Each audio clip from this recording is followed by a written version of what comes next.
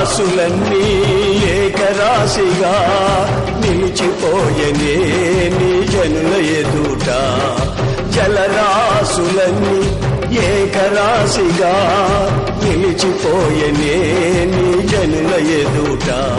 అవి భూకంపాలే అయినా పెను తుఫానులే అయినా, అవి భూకంపాలే అయినా పెను తుఫానులే అయినా, నీ కృపయే శాసించునా అవి అణగిపోవునా.